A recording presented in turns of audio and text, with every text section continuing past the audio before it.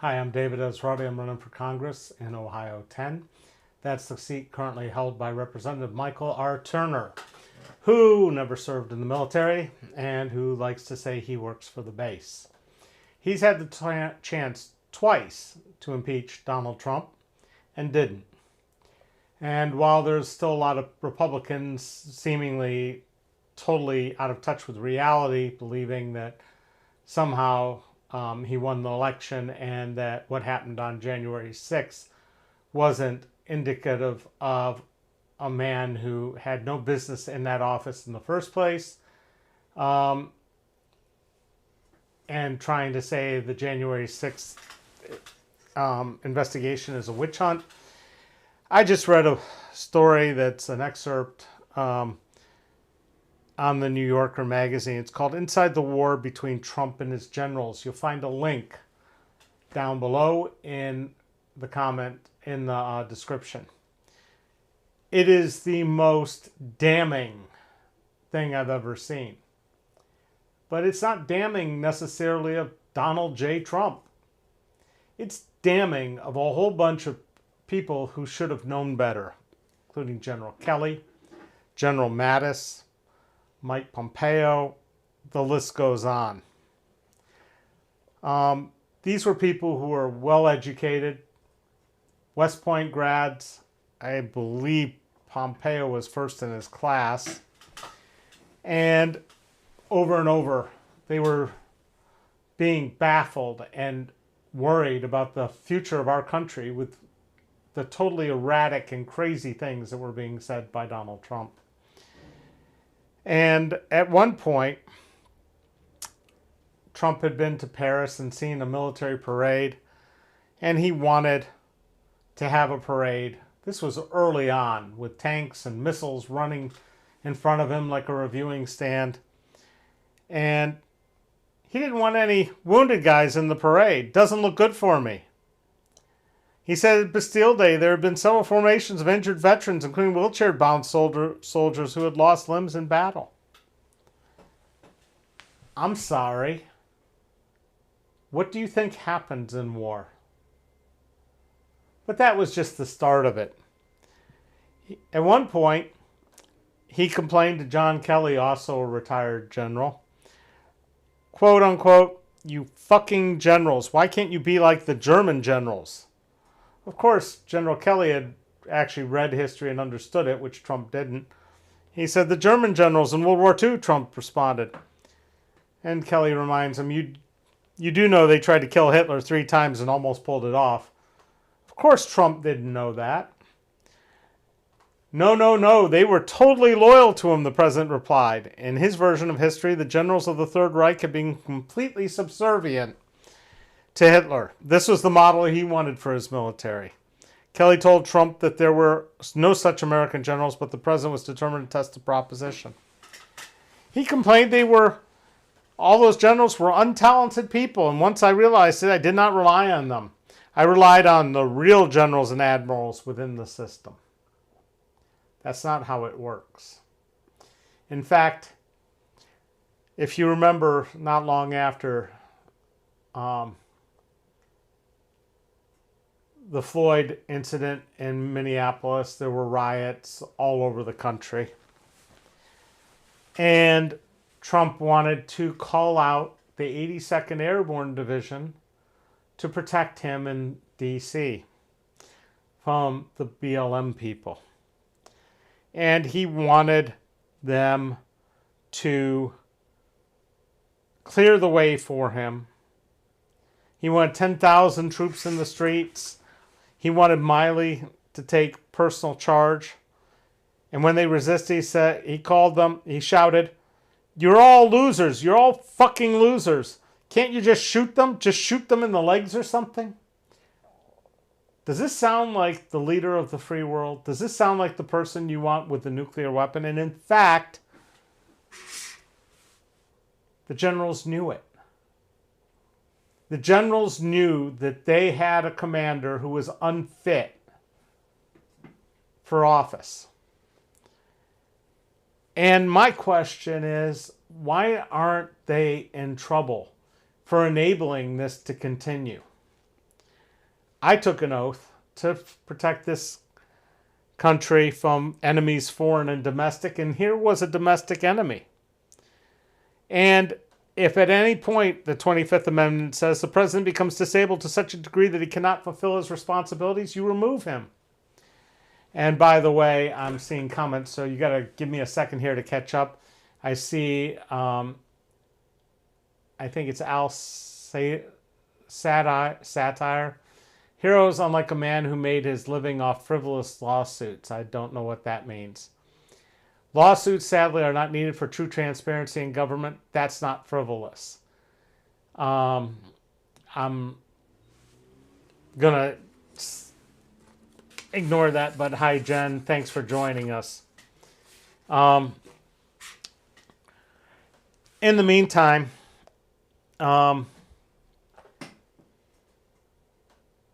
we're sitting here with things going on that have these generals worried, and Miley writes a resignation letter. And he says, "It is my belief that you are doing great and irreparable harm to my country. I believe that you have made a concerted effort over time to politicize the United States military. I thought I could change that. I've come to the realization that I cannot, and I need to step aside and let someone else try to do that. And lastly, it's my deeply held belief that you're ruining the international order and causing significant damage to our country overseas that was fought for so hard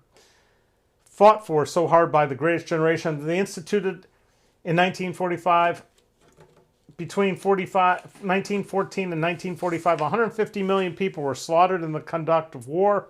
They were slaughtered because of tyrannies and dictatorships. That generation, like every generation, has fought against that, has fought against fascism, has fought against Nazism, has fought against extremism.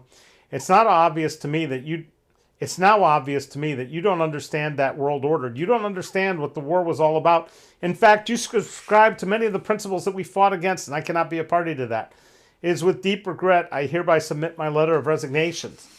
But guess what? He didn't resign. He knew there was a problem. He knew that Trump was off his rocker. Instead, he went and talked to Robert Gates, former Secretary of Defense and CIA chief, who said, "Make them fire you. Don't resign." And Gates says, "My sense is Mark had a pretty accurate measure of the man pretty quickly.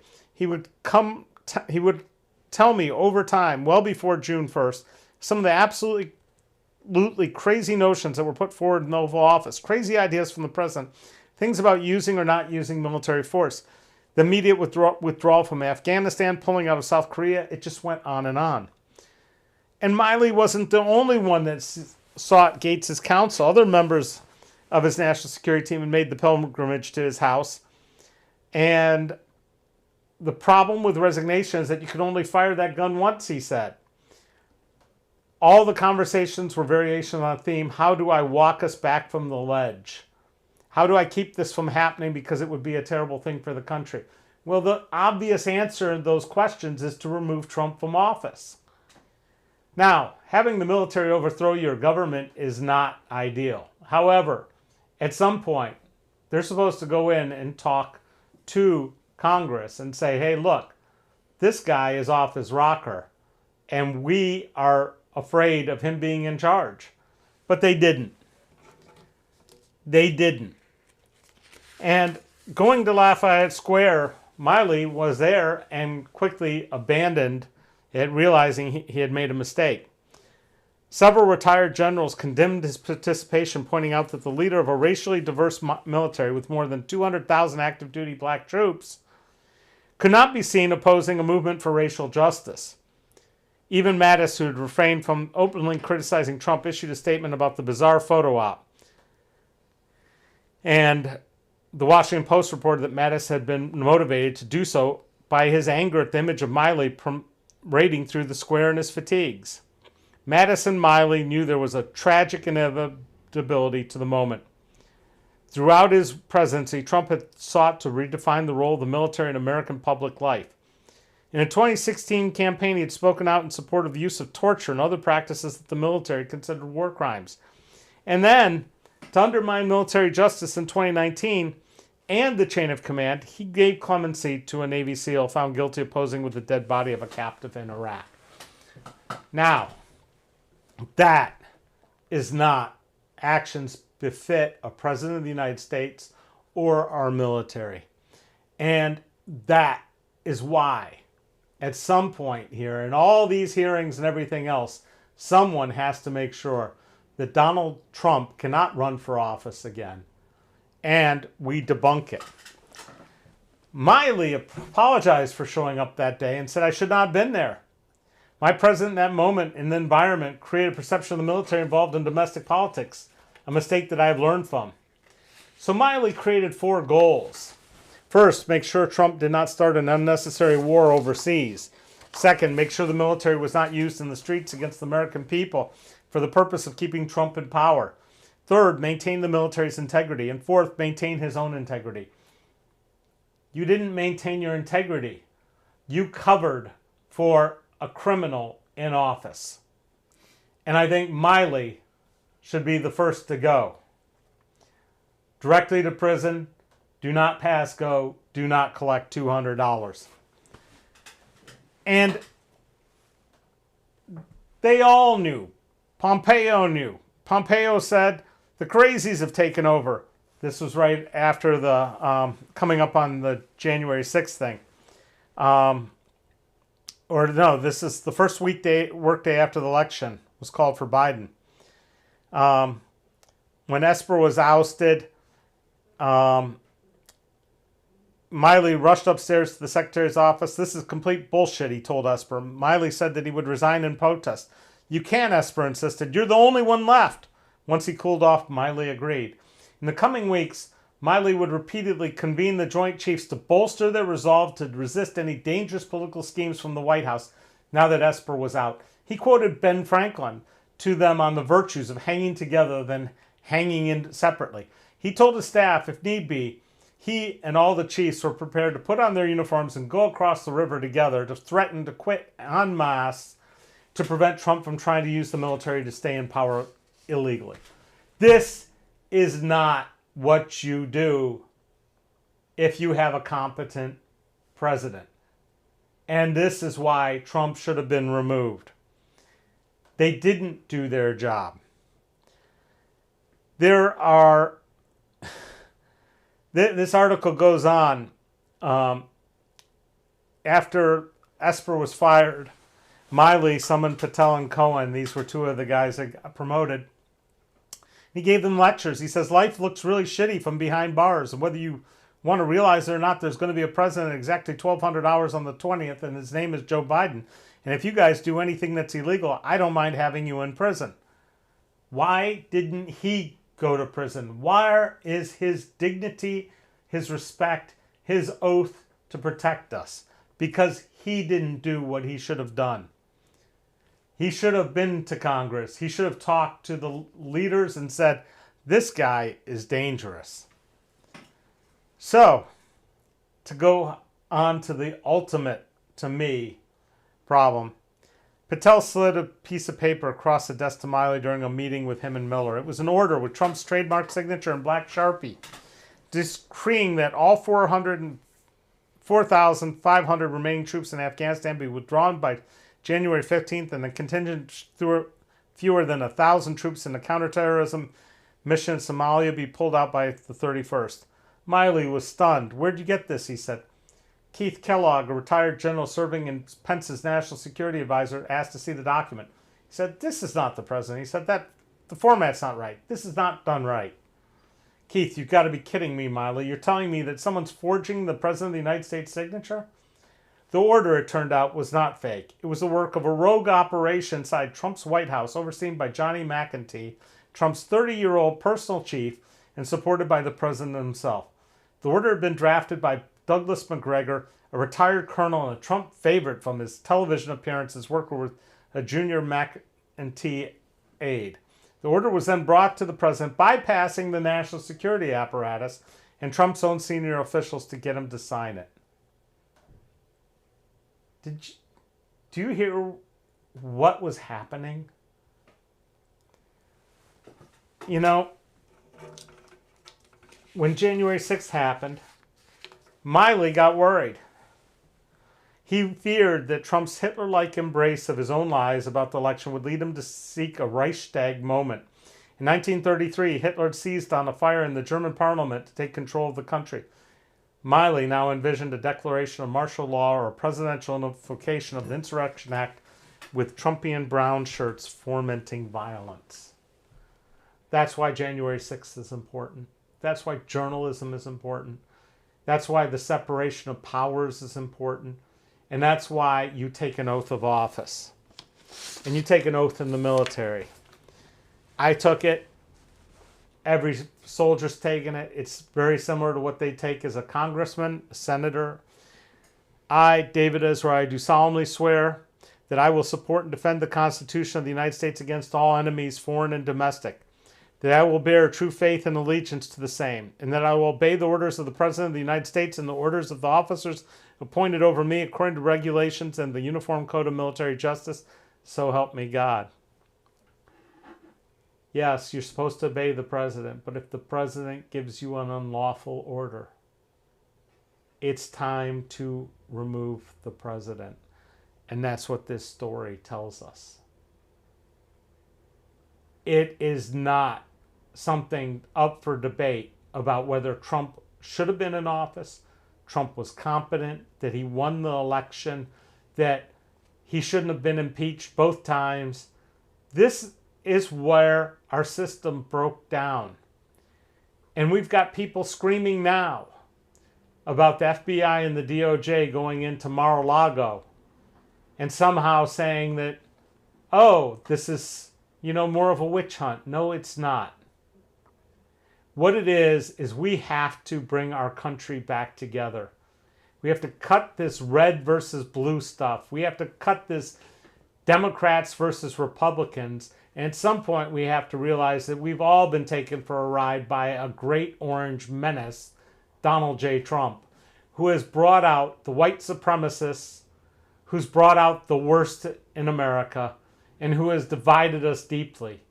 His actions in appointing 3 Supreme Court justices have turned our laws upside down. One of those he never should have been able to do because it was too close to an election, and yet he did it himself with Amy Coney Barrett. It's time to erase Donald J. Trump from the history books. We have to vote every Republican out of office come November 8th. We need to clear the slate of the 3 illegally appointed justices and take the 4th one, Clarence Thomas, whose wife was an insurrectionist, off the bench as well. At that point, we can start putting our country back together. I'm not joking about any of these things. The number of shootings, the number of people saying things and doing things that are just inappropriate come along with when you elect a president, not by a majority of votes, but by a majority of the Electoral College, that said things like, you can go up and grab them right by the you-know-what, or that I could stand in Fifth Avenue and shoot somebody and nothing would happen. Somewhere our country has taken a massive nosedive. The generals knew it. They stayed on the job hoping they could subvert the president's intentions to keep us out of war, to keep us out of trouble. But if you want to know why Putin walked into Ukraine, you can probably figure that it was the doings of Donald J. Trump. Mike Turner refuses to take responsibility for any of this. Mike Turner doesn't work for you. He works for the billionaires that finance him. I won't have donations by billionaires, doubt even from millionaires. I am looking to run a grassroots campaign dependent on people who care about the future of this country. I believe that women and doctors should be able to choose between themselves what to do with themselves. I don't believe your boss or an insurance company should pick your health insurance. And in fact, I don't even believe in health insurance. I believe in health care for all. I believe that small businesses have been absolutely destroyed by big businesses who bought their politicians. I think it's time the small business gets a chance to compete again. I don't believe in gig work where some big corporation avoids having to pay benefits and take care of its employees and just scrapes off the top of the backs of the workers of America. I believe that as long as we have to register to vote, the billionaires should have to register to donate. I believe that spending $15 billion on an election is criminal, and we could spend that money in a much better way. I believe that the cost of insulin shouldn't be any more than it is in every other industrialized country, about $25 a month. But Mike Turner voted against the Affordable Insulin Act more than once. And those who need insulin are getting gouged. It's time to take the politicians out of being sold, stop having an auction, have an election. And the only way this is going to happen is if we make a change this November. Go find out more about me at electesrati.com. If you'd like to, you can donate. I'd love to send you a shirt with a donation of over $100. You can see down here there's subscribe and a notify button. I hope you hit both of those so you can tune in on the next one. I love it when we have interactions here. My goal is to have this happen every day when I'm done in Congress, that I get on and tell the people of Montgomery, Clark, part of Clark, and all of Greene County what I did for them every single day and answer their questions as best I can, because that's what an elected representative should do. I'm not perfect. I make mistakes. But I can tell when the leader of the free world shouldn't be trusted with the button. And that's more than I can say for our generals and Mike Turner and the rest of Congress that failed to impeach a criminal. Go read that story. I'm halfway tempted to read the whole book, although it'll make me sick. And thank you very much. We'll be back here tomorrow, Wednesday at 4 p.m. Same thing, different topic. If you've got an idea for a subject, go down below. I'm David Esrati. I'm a small business owner, a veteran, and a community activist who believes in open, honest, transparent government, and I appreciate you watching. Thank you.